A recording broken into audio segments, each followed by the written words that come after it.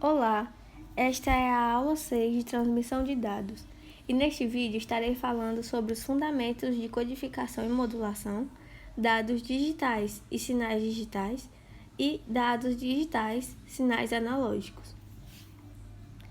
Na aula 4 foi feita a diferenciação entre dados e sinais analógicos e digitais. Quando temos um sinal digital, temos um dado, que pode ser digital ou analógico, que é codificado em um sinal digital. A forma desse sinal depende da técnica de codificação escolhida para otimizar o uso do meio de transmissão. Para a sinalização analógica, a base é uma frequência constante e contínua, conhecida como onda portadora. A frequência da onda é escolhida para ser compatível com o meio de transmissão. Os dados podem ser enviados usando uma onda portadora por modulação. Modulação é o processo de codificar os dados dentro da onda portadora. Aqui é um pouco do que eu falei agora. No de cima temos um dado digital ou analógico sendo enviado por um sinal digital e embaixo um dado digital ou analógico dentro do modulador para ser carregado pela onda portadora em forma de sinal analógico. O sinal digital é uma frequência discreta e descontínua de pulsos de tensão. Cada pulso é um elemento do sinal. Antes de falar das técnicas de codificação, vou falar alguns aspectos a serem considerados na escolha da técnica. Primeiro é o espectro do sinal, que ele avalia a quantidade de componentes de alta frequência para decidir a largura de banda necessária e de componentes de corrente contínua, o que pode reduzir a interferência. O segundo é o clocking. Ele é muito importante que o início e o final de cada bit seja bem definido. Um meio bastante caro de fazer isso é fornecer um relógio separado para sincronizar o transmissor e o receptor. Temos também a detecção de erros, e ela é útil ter um detector de erros construído na codificação do sinal. Isso permite que os erros sejam detectados mais facilmente. Imunidade ao sinal interferente e ao ruído. Algumas codificações exibem uma performance superior na presença de ruídos. E por último, o custo e complexidade.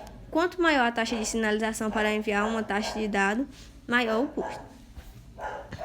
Agora vamos falar sobre a variedade de técnicas de codificação. Primeiro temos a No Return to Zero Level, que é a NRZ-L, onde o nível de sinal depende do bit que ele transporta. Normalmente uma tensão positiva para o bit 0 e uma tensão negativa para o bit 1. O problema desse esquema é que em sequências muito longas, o receptor enxergará a tensão como se fosse contínua no meio, o que gerará problemas de sincronismo. Temos o No Return to Zero Inverted, que é o NRZI, onde a representação do bit 1 é feita através de uma transição de estado. Uma cadeia de zeros ainda é complicada, porque pode fazer com que o sincronismo se perda com o tempo. Temos também a bipolar AMI. O zero representa a ausência de sinal e o bit 1 são impulsos positivos e negativos alternados. Ela é imune à inversão de polaridades e possui boa eficiência espectral. Pixel Ternary é o contrário do bipolar AMI, ou seja, o 1 representa a ausência de sinal e o 0 são impulsos positivos e negativos alternados. É usado no acesso básico de equipamentos de terminal. Temos também a forma de codificação Manchester. Ela é diferente das demais técnicas. A transição ela ocorre no meio de cada bit. Quando o bit é 1, a transição é ascendente e no bit 0 a transição é descendente. E por último, a Manchester diferencial, onde a transição também ocorre no meio de cada bit. E o diferencial é que no bit 0 a transição ocorre no início e no bit 1. E no bit 1 tem a ausência de transição no início. A vantagem é que é fácil de implementar e possui propriedade de autossincronização e ausência de componentes espectrais de baixa frequência. A desvantagem é que requer uma maior largura de banda que o código binário NRZ, e o baud rate, que é a taxa de transmissão, é o dobro da taxa de bits. Esse aqui seria um exemplo de cada sinal depois de a codificação. Neste momento, vou falar sobre a transmissão de dados digitais usando sinais analógicos. Um grande exemplo desse tipo de transmissão são as redes telefônicas para a conversão de dados digitais para sinais analógicos, ou vice-versa, e utilizando um modem.